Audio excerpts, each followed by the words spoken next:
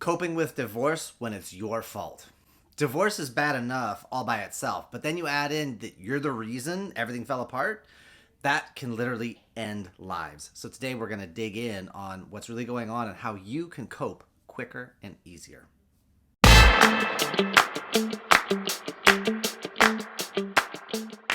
Hey guys, Jeremy here, and dealing with divorce is messy. Dealing with divorce, and then you're the one that's then responsible. It's your fault. You're the one that got things going.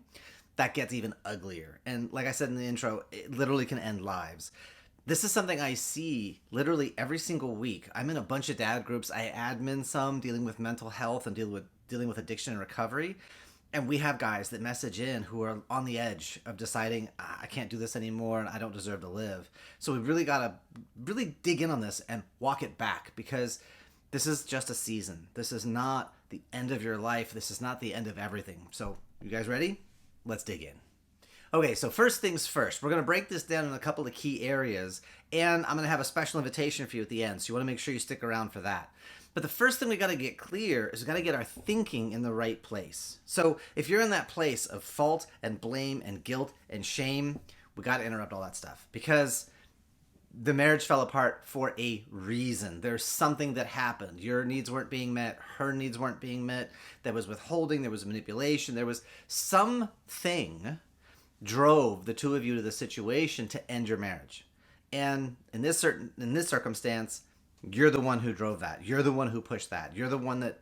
So, okay, my friend, first step, you have to take ownership of what happened. Don't make it worse than it was. Don't idealize her and make it perfect. Don't demonize yourself and make you the worst drag of society who's ever been alive. Both of those extremes, they kind of feel good in the moment. And that whole dying all over the stage, woe is me, lurching, yeah, it's kind of nice, but it doesn't serve you. And it's not really the truth. There were things that happened. There were good things and there were bad things. So start with being present and owning the full situation, because whatever happened, okay, that didn't work for me. And I acted out in bad ways. Now it's time to make some changes. So the first step is always getting your thinking clear.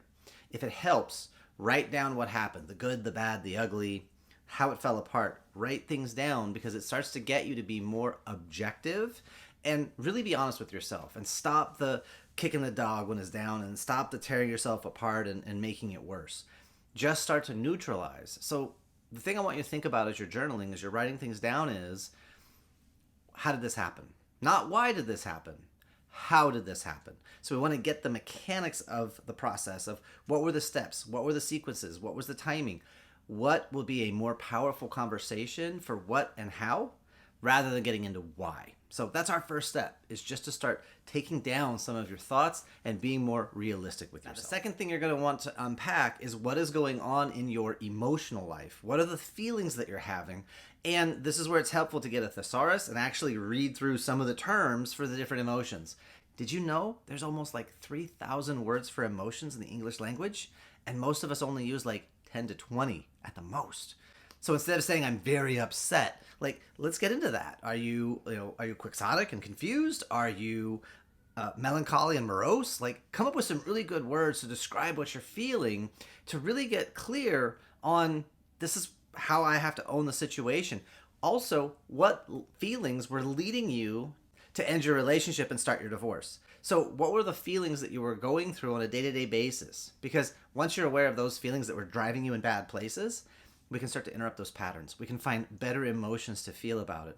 And fault and blame and guilt and shame, they're fun to weaponize and throw at people or throw at ourselves. The reality is, fault and blame usually is aimed out there at other people, and the guilt and shame we take into ourselves. And own the situation, own what happened, but start to separate the emotion to go, what did I really deserve? What did my partner really deserve? How did I not show up? What was I withholding? Because as you work through this information, as you work through these points of view, you can really get an understanding of how you didn't meet your partner's needs and how your needs were not being met. Because when our needs aren't being met and we're depleted, we act out. We do things to hurt other people's feelings because we're actually hurting. And so it's not a great situation, but the more we can own it, the easier just to start to understand it and come through the other side with new learnings. And this is important because Divorce statistics on first marriages is around 50%. Divorce rates on second marriages is between 66 and 75%. Because if you don't work through your garbage, you go into a new relationship, you see those old patterns and those old dysfunctions, you see them faster, and you exit sooner. So if you don't want to have to go through another divorce, it really is on you to do the work to get through this and figure out what happened. How did it happen? So you can raise your standards. And I got one more thing for you. Hey guys, if this is landing for you, be sure to hit the like button. It really helps our channel out. And while you're at it, hit the subscribe, because it also is going to make sure you get the videos we have coming out every Monday, Wednesday, and Friday. Guys, about today's training, I'm thinking about a client who went through a really difficult spot. This is a guy that was on his third marriage. He'd already flamed out 2, so he's got a lot of guilt. He's got a lot of shame, and he feels really just horrible. Like, what's wrong with me that I can't make this work? And there's all these other trash people that are doing da-da-da-da. What was interesting is you even hear the judgment that he had. Those trash people are blah, blah, blah. And he's like, you know, they have their marriages and they have their kids and they don't get divorced, but they're trash. And so he had a lot of judgment I had to help him work through, but it started with a judgment on himself. And his third marriage was in trouble. And it was in trouble because his wife wanted another kid, and he did not. He'd already been down that road. His kids were older. He didn't want to change diapers. He didn't want to do the baby stuff. And so now he's stuck on the horns of a dilemma because I don't want another baby. I don't want to get divorced again. Ugh. And so, you know, he and his wife had a talk, and this is all before I started working with him. And he was like, I'm going to give you like 6 months. And in his mind, it's 6 months for her to come to terms with no more babies. She received that 6 more months to convince him to have another baby. Because she's thinking, well, you know, if we get pregnant, then he's going to love me and he's going to love the baby and he'll come around. I just have to change his idea, or I have to this, that, and the other. So she's thinking how to manipulate him. And he's like on the edge of divorce. He loves her. He loves their life. But his identity is so wrapped up in, and he's like, I don't want to do this. But he didn't have what he needed to tell her to end the relationship or to pivot. Can we adopt? Can we foster? Can we do big brothers, big sisters? Like, there's so many other options if you want to have another life in your life. But he wasn't having that conversation. And so now he's on the space of, well, either I have a kid I don't want, and I'm not really going to love, I'm going to resent, or I get divorced for the third time. And you see why guys get into this place. Because he doesn't want to hurt her, but to stay in the situation he's in is going to hurt himself. This is why it's so clear. We gotta understand what brought us to this conversation in the first place, and own your stuff. If you don't want a kid, you make it abundantly clear. I don't want a kid. That's just not the deal. I will divorce you if you have another kid because I do not want another kid. I'm that serious. And now she has a choice to make, whether she's going to change her approach with the baby or is she going to end the relationship. What do you guys think? Could you imagine in a situation like that? What would you do? What would be your advice to this guy? Should he do the marriage? Should he do the baby? I want to know what you think. Leave a comment down below. But it's not fair for either of you to manipulate and not truly be honest with each other. And that's really the point I want to drive home with this whole entire conversation today. It's not about you're right, you're wrong, you're good, you're bad. It's about owning with integrity, where are you, what do you really want, so that the other person in your life can make that decision with you. And we can start to let go of this fault and this blame and this guilt and this shame. And so that leads us to the last piece. What are you going to do differently going forward? Okay, finally we get to what do you need to do? What do you need to make happen going forward? And here's what is the big problem for a lot of guys. We are protectors and providers and producers, and we just dive into making things happen. And for a lot of us, our lives become, I gotta go work to support the family, and we lose ourselves. We pull away from friendships, we pull away from social time, we pull away from hobbies, we pull away from activities. And so then when our relationship ends, we don't know who we are anymore because our identity was so tied into husband, dad, provider, producer, creator of, and all of a sudden that's gone. And there's guys that are left literally on the edge of suicide because they come home to an empty house and it used to be full of noise and kids. And they have visitation with their kids on certain times, and then what do I do with myself when the kids aren't here? All I want to do is drink. All I want to do is porn and destroy myself because I miss my kids so bad. So you've got to do some things different. You've got to keep the emotional connections with your friends, with your activities. The truth is, when you go do your recreation is recreation. You are renewing and rejuvenating yourself.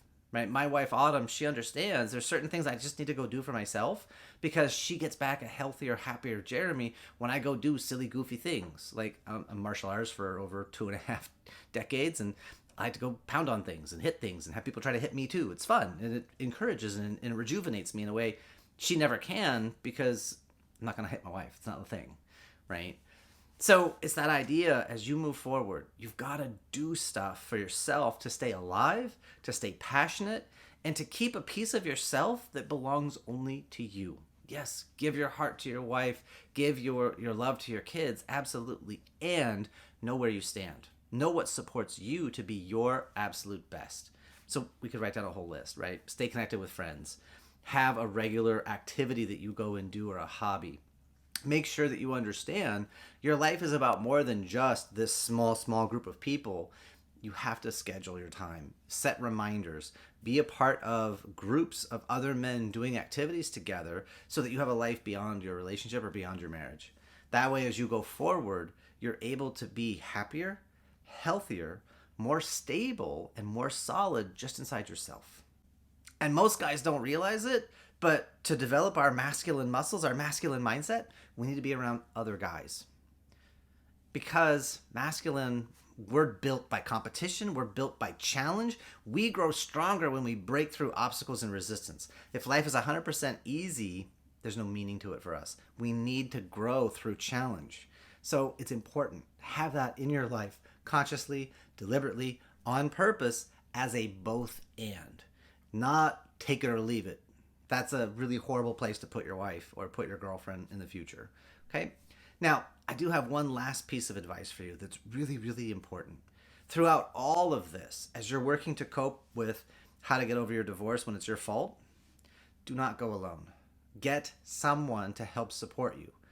I do this professionally all the time. So if you want to fill out the application, the link is down below. Let's grab 15 minutes and explore what you got going on. I'd love to support you. And if it's not me, get somebody to help you, a therapist, a counselor, a pastor, an imam, whatever you've got in your background, in your community, get support. Do not do this on your own, please. The simple reason is we all have blind spots. We all have areas in our lives that we don't see, and somebody outside of our certain circumstances, they're going to ask different questions. They're going to ask, quote unquote, stupid questions that hit us like a ton of bricks, and I never thought of it that way. That's really good. Thanks.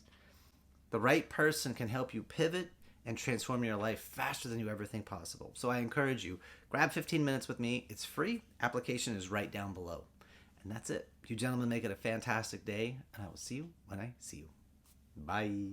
Hey guys, thanks for staying all the way. And if this resonated with you, definitely hit the like and subscribe. Turn on the bell for notifications. And we'll see you Wednesday for our next episode. Bye.